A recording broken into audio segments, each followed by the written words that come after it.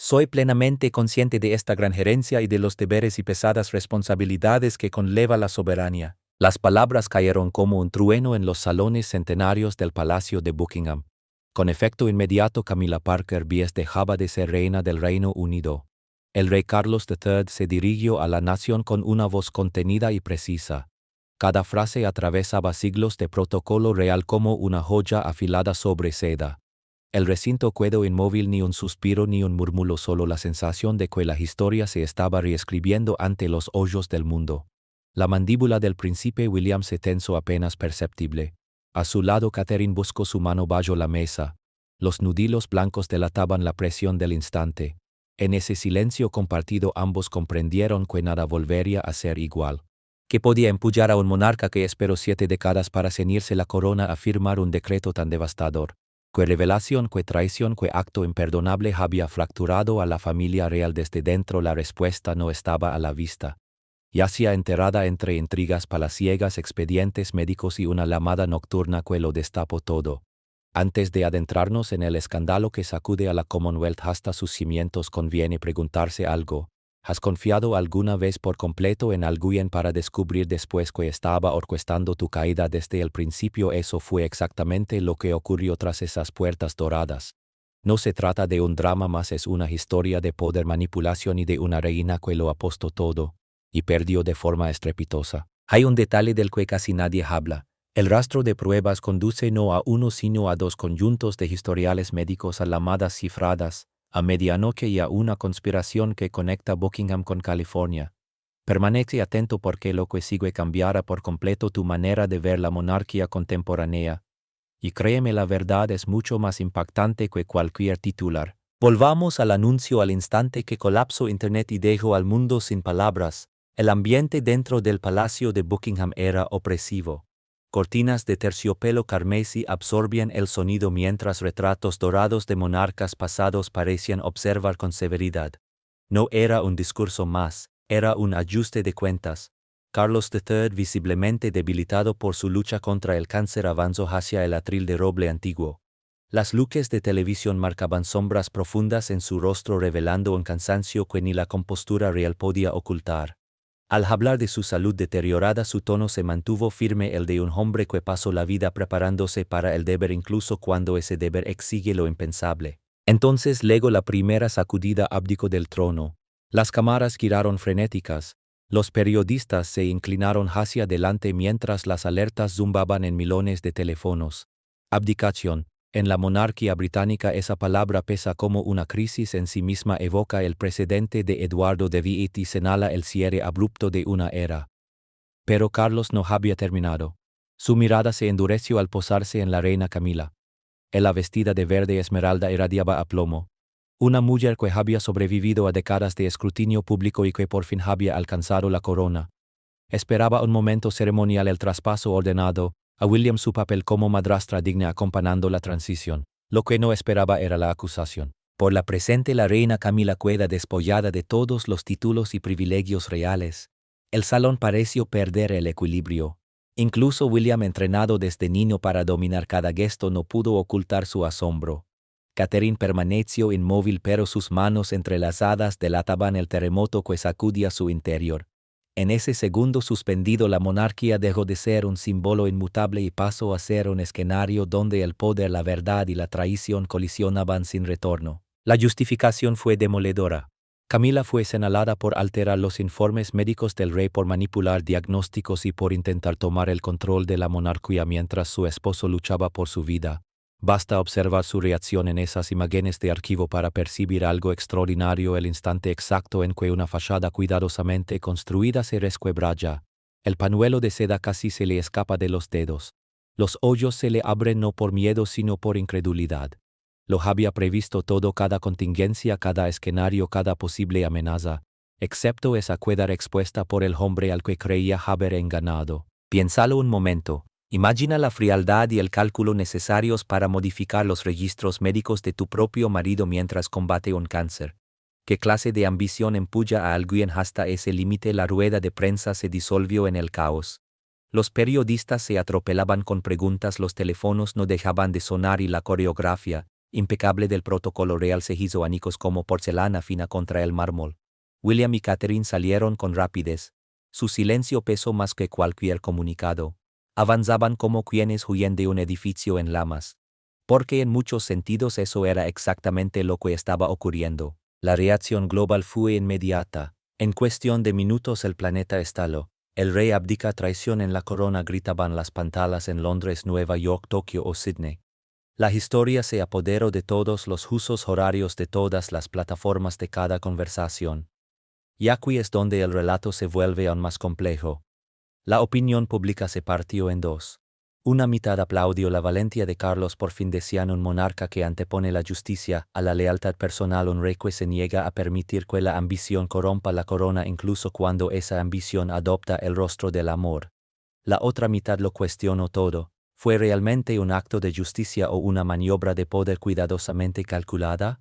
¿Un movimiento del entorno de William para eliminar a una rival aprovechando la enfermedad de Carlos como cobertura? El debate ardió en todas partes: tertulias, podcasts, mesas de cocina, aulas universitarias.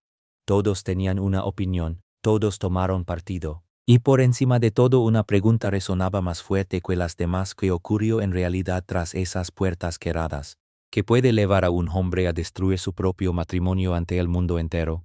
¿Qué prueba puede ser tan contundente, tan irrefutable, que no deje espacio para la clemencia ni para una segunda oportunidad para entenderlo? Hay que retroceder 7 días antes de la abdicación, antes de las acusaciones, antes de que todo se desmoronara. Palacio de Sandringham. Un retiro privado apreciado por su calma y su aislamiento. El lugar al que la familia acude para escapar de las cámaras del escrutinio constante del teatro interminable de la monarquía. Era el aniversario de bodas de Carlos y Camila. A pesar del dolor persistente de su enfermedad, Carlos insistió en preparar un regalo personal, un broche tradicional que él mismo había elegido reposando sobre terciopelo verde oscuro. Quería entregarlo en persona, un gesto íntimo y romántico para la mujer por la que había luchado toda una vida. Imaginan a Carlos avanzando despacio por esos pasillos, una pequeña linterna proyectando luces vacilantes sobre retratos ancestrales. En ese instante no era el rey Carlos III. Era simplemente un marido buscando un momento de cercanía con su esposa. Entonces escuchó su voz. Normalmente el tono de Camila era cálido, con ese matiz áspero que tranquiliza.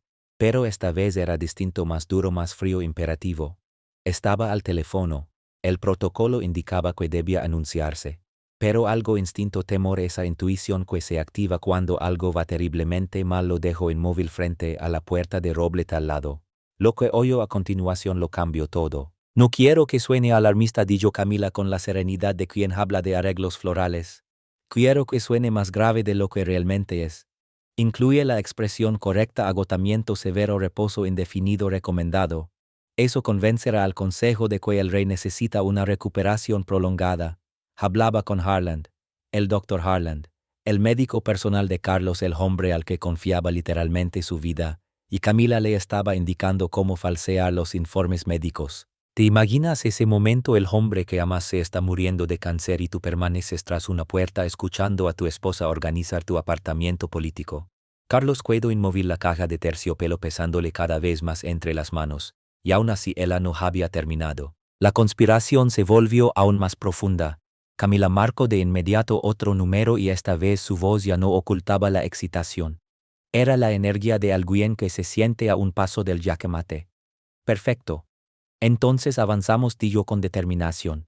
Necesito que los documentos para los cambios dentro del comité real estén listos de inmediato. No podemos permitir que esos indecisos nos bloqueen. Cada frase caía como una cuchilla.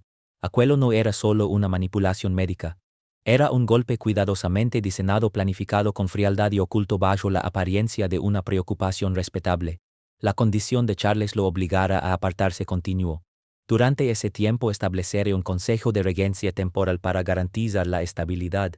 Traducido sin eufemismos, mientras Charles luchaba contra el cáncer en un aislamiento forzado, Camila gobernaría la monarquía desde las sombras. El regalo de aniversario se le escapó de las manos a Charles. La caja de terciopelo verde cayó sin ruido sobre la alfombra persa, pero para él sonó como un cristal haciéndose añicos.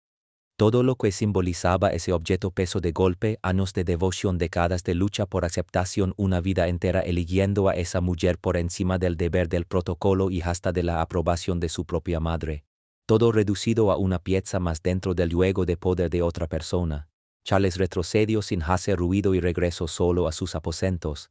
La calle Aquedo donde había caído un símbolo mudo de una sinceridad traicionada.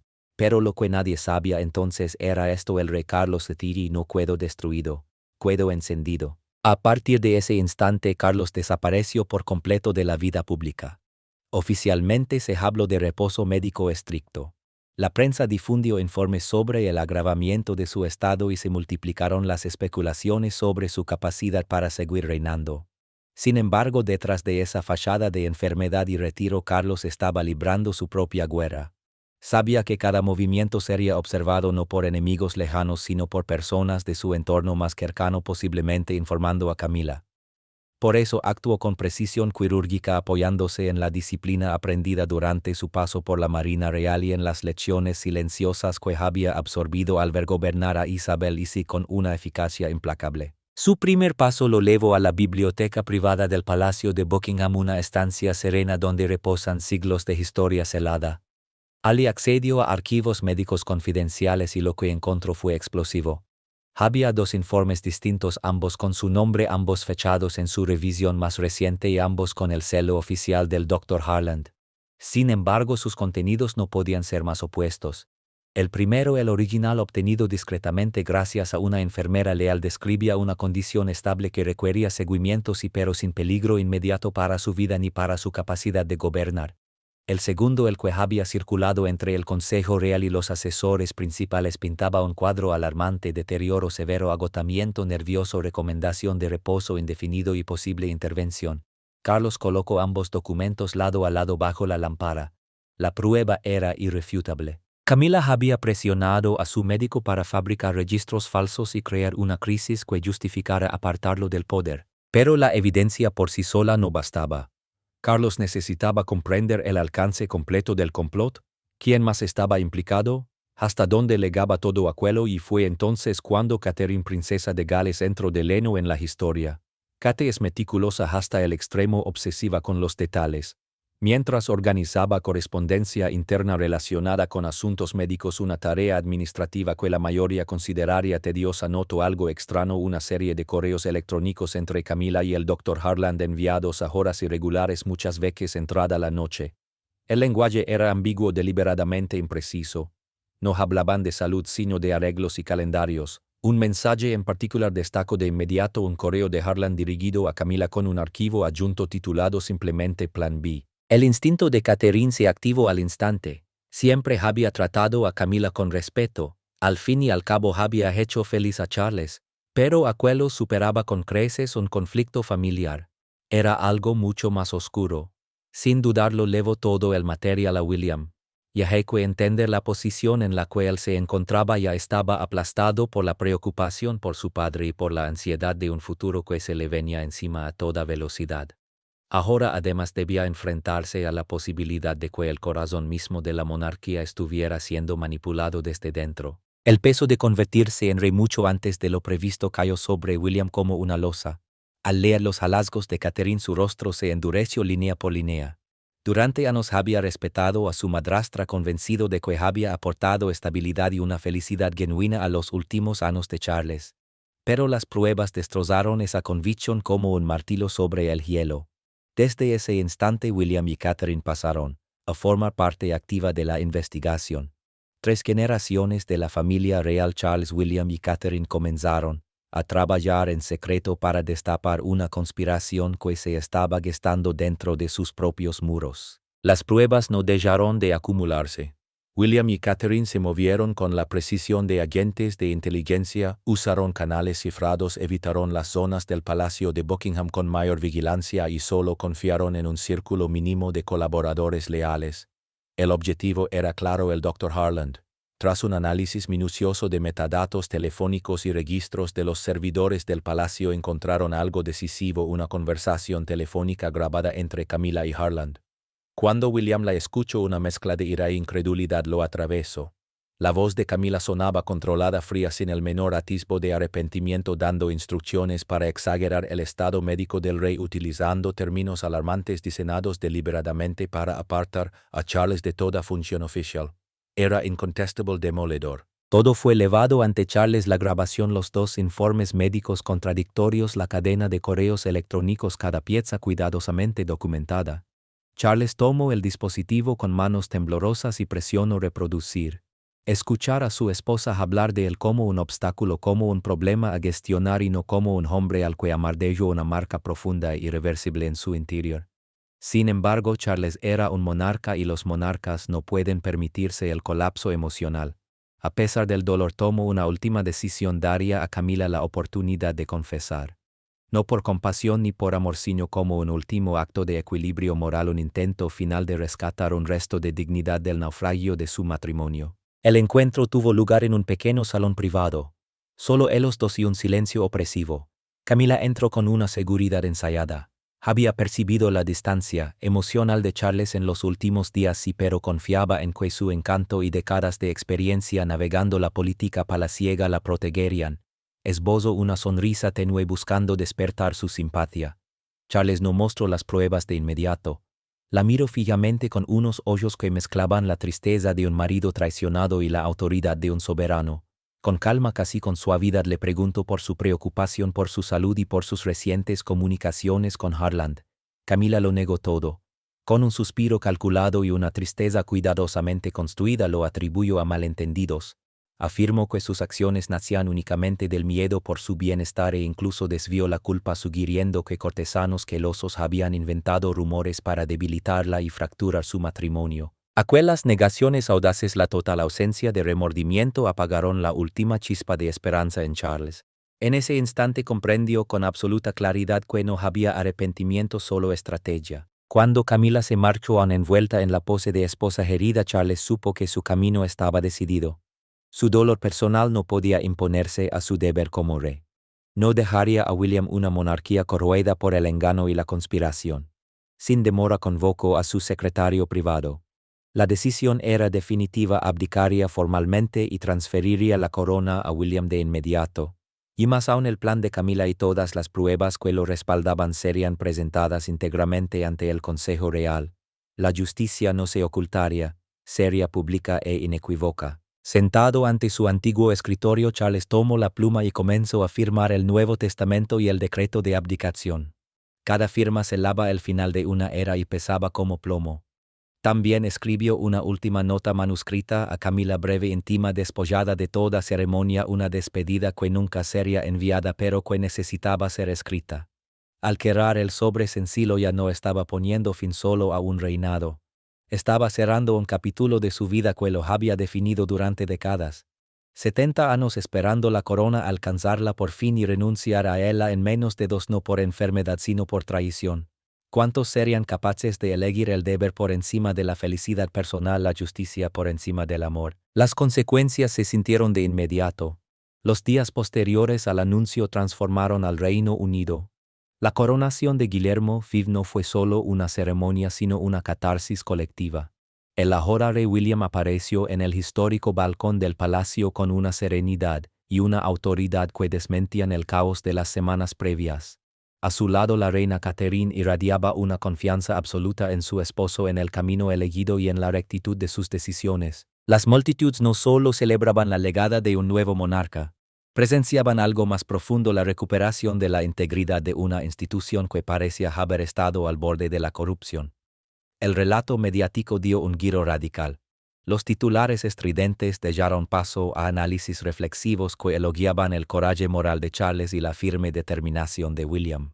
La prueba fue dolorosa, sí, pero terminó purificando a la monarquía.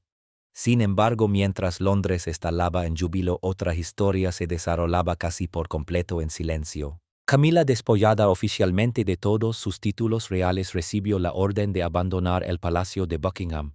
No hubo despedidas ceremoniales, ni comitivas, ni personal fiel, ni palabras finales. Recorrió pasillos donde antes había ejercido poder autorizada a llevar consigo solo unas pocas pertenencias personales. Cuando un vehículo sin distintivo salió discretamente por la puerta trasera del palacio, Camila no volvió la vista atrás.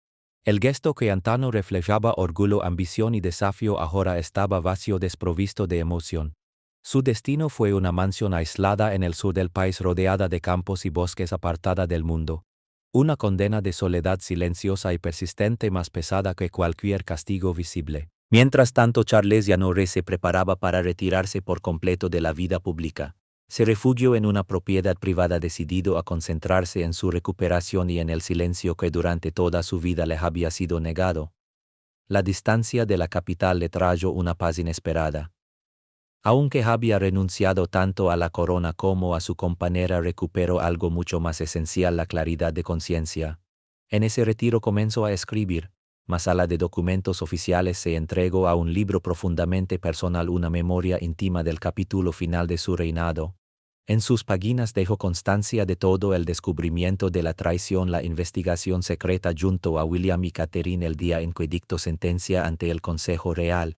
En los pasajes finales reflexionó sobre el destino y la elección, sobre el dolor de exigir responsabilidades a quien se ama y sobre la extraña libertad que nace al anteponer el deber a la emoción. Un fragmento en particular sobresale. Charles escribió sobre la carta celada dirigida a Camila, la que nunca envió. Permanecía sobre su escritorio como un vestigio silencioso de una relación marcada por la devoción y el conflicto. Sabía que ninguna palabra podría expresar del todo la magnitud de su desencanto ni la irreversibilidad de su separación. En las últimas líneas de sus memorias, con una caligrafía firme, dejó escrito: el amor puede cegar y nublar el juicio durante años. La justicia no exige claridad absoluta, implacable, incluso cuando esa claridad destruye la felicidad personal. Pero en medio del tumulto muchos pasaron por alto un detalle crucial. El plan de Camila no era la única conspiración que amenazaba a la familia real. ¿Recuerdan a Meghan Markle? Esta historia extendía sus tentáculos hasta California. Mientras Charles lidiaba con la traición de Camila, Catherine enfrentaba otra batalla por completo distinta, una que involucraba pruebas de ADN falsificadas, documentos forjados y un intento deliberado de socavar la legitimidad del príncipe George. La investigación destapó un rastro inquietante: mensajes cifrados, instalaciones clandestinas especializadas en documentación falsa y transferencias financieras rastreadas hasta cuentas vinculadas al secretario personal de Meghan.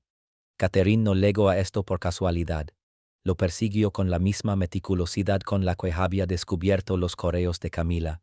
La prueba de ADN falsa destinada a sembrar dudas sobre la paternidad de George fue localizada en un centro a las afueras de Londres.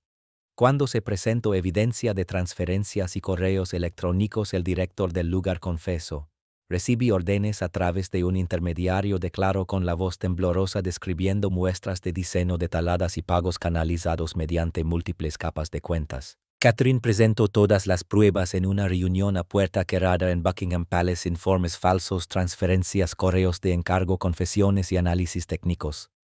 No podemos permitir que esto se prolongue, afirmó con una autoridad que silenció la sala. La conferencia de prensa posterior fue contundente. Catherine apareció ante las cámaras serena pero firme y desmanteló la conspiración paso a paso. Nuevas pruebas de ADN realizadas en el laboratorio Real bajo supervisión independiente estricta confirmaron una relación biológica con George del 99%. Irrefutable. William permaneció a su lado y con voz profunda y serena concluyó: nuestra familia fue atacada de manera cobarde, pero la verdad siempre prevalece. El ajuste de cuentas de Meghan acababa de comenzar. En Montecito, Meghan siguió la conferencia de prensa en directo. A medida que se exponían las pruebas, su rostro fue perdiendo color. Apagó el televisor y se dejó caer en la silla, incapaz de articular palabra. Durante meses se había creído intocable, protegida por la distancia al otro lado del océano y respaldada por intermediarios cuidadosamente elegidos. Había cometido un error devastador. Aquella misma noche comenzó a borrar mensajes antiguos y a destruir notas escritas a mano, aunque en el fondo sabía que ya no había marcha atrás. Lo que había salido de sus manos no podía recuperarse. Las llamadas de abogados no tardaron en llegar, acompañadas de advertencias cada vez más inquietantes que anunciaban una tormenta mayor en camino. Pensó en George, el niño al que había visto algunas veces inocente y encantador. Por un instante sintió un atisbo de remordimiento, rápidamente sepultado por el miedo a su propio futuro. Harry entró en la habitación preocupado, preguntando qué ocurría. Meghan solo pudo negar con la cabeza. La conspiración que había tejido desde la distancia, convencida de estar a salvo gracias a la geografía y a la ambigüedad calculada, se había derrumbado por completo. Y las consecuencias apenas comenzaban. De vuelta en Windsor, la calma fue regresando poco a poco.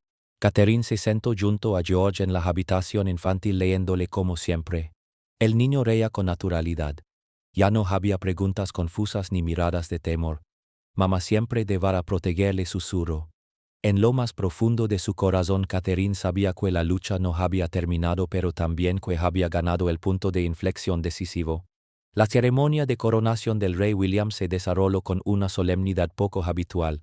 La multitud percibía que no solo celebraba a un nuevo monarca, sino que daba la bienvenida a una etapa renovada marcada por la honestidad, la responsabilidad y la recuperación de la confianza. La monarquía había sido puesta a prueba, atacada desde dentro por la ambición y desde fuera por la conspiración, y aún así había resistido, depurada y fortalecida, preparada para afrontar lo que viniera. Desde su propiedad privada, Charles observaba los acontecimientos con una mezcla compleja de emociones. Sentía orgullo por William, confianza plena en Catherine y alivio al saber que la corona quedaba en manos en las que creía sin reservas. También había duelo por lo perdido y un profundo ejercicio de reflexión. Al cerrar el manuscrito de sus memorias, una campana solemne resonó a lo lejos, el eco profundo de los carrilones del palacio, anunciando otra ceremonia oficial. Era el sonido de la continuidad y de la renovación, la señal de que una nueva monarquía había echado raíces, una en la que las ambiciones ocultas habían sido desterradas, donde la verdad pesaba más que el poder y la integridad definía la corona. Charles había tomado una decisión imposible. Había puesto el deber por encima del sentimiento personal y había sacado a la luz la traición, aun cuando él lo destruyó su propia felicidad. Algunos lo llamaron valentía, otros frialdad calculada. Pero la pregunta permanece: ¿qué habrías hecho tú si descubrieras que tu pareja, la persona por la que luchaste, a la que sacrificaste tanto y por la que esperaste décadas para casarte, te estaba traicionando de forma sistemática mientras tú luchabas por tu vida? ¿Protegerías la institución o la relación? Charles eligió la corona no por amor al poder, sino porque entendió que hay traiciones demasiado profundas para ser ignoradas. Y al hacerlo le dio a su hijo y a su país la oportunidad de empezar de nuevo. La historia de la abdicación de Carlos y la caída de Camila será analizada durante generaciones como recordatorio de que incluso en el siglo XI, en la era de Instagram y Twitter, la monarquía sigue rigiéndose por reglas antiguas, reglas donde la traición tiene consecuencias, el deber se impone a la emoción y la justicia permanece innegociable. 3 mujeres estuvieron en el centro de esta tormenta. Camila, que apostó por el poder y terminó perdiéndolo todo.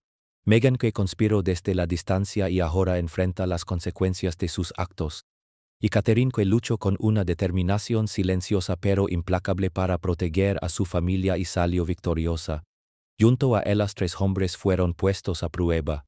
Charles, que eligió la integridad por encima del amor. William, que aceptó una corona que jamás imaginó llevar tan pronto. Y George, un niño inocente atrapado en el fuego cruzado de las ambiciones de los adultos. Pero queda una pregunta inevitable: ¿la decisión del rey Carlos de abdicar y sacar la verdad a la luz fue el gesto de un monarca que antepuso el deber a sus sentimientos personales, o fue una respuesta íntima, casi vengativa, ante la traición de su esposa? ¿Justicia o revancha, deber o desamor, valentía o crueldad? La respuesta depende en gran medida del lugar desde el que se mire. De si creemos que los monarcas deben ser juzgados con estándares más altos que el resto, o de si pensamos que el amor puede alguna vez justificar una traición. Ahora la palabra es tuya. ¿Crees que Carlos hizo bien al exponer públicamente a Camila, o debió resolverlo en privado? ¿Había alguna posibilidad real de salvar ese matrimonio? ¿Y qué hay de la conspiración de Meghan? ¿Hasta dónde debería llegar la rendición de cuentas? Comparte tu opinión en los comentarios. Si esta historia te resultó tan intensa como a mí, apoya con un me gusta, compártela con alguien que disfrute del drama real y suscríbete, porque créeme, esto aún no ha terminado. Las repercusiones siguen desarrollándose, las consecuencias legales todavía están en camino y la monarquía se adentra en un territorio completamente desconocido. Gracias por acompañarnos y recuerda, en el juego de las coronas la verdad es la única arma que nunca falla, que arma que nunca falla, que arma que nunca falla, que arma que nunca falla.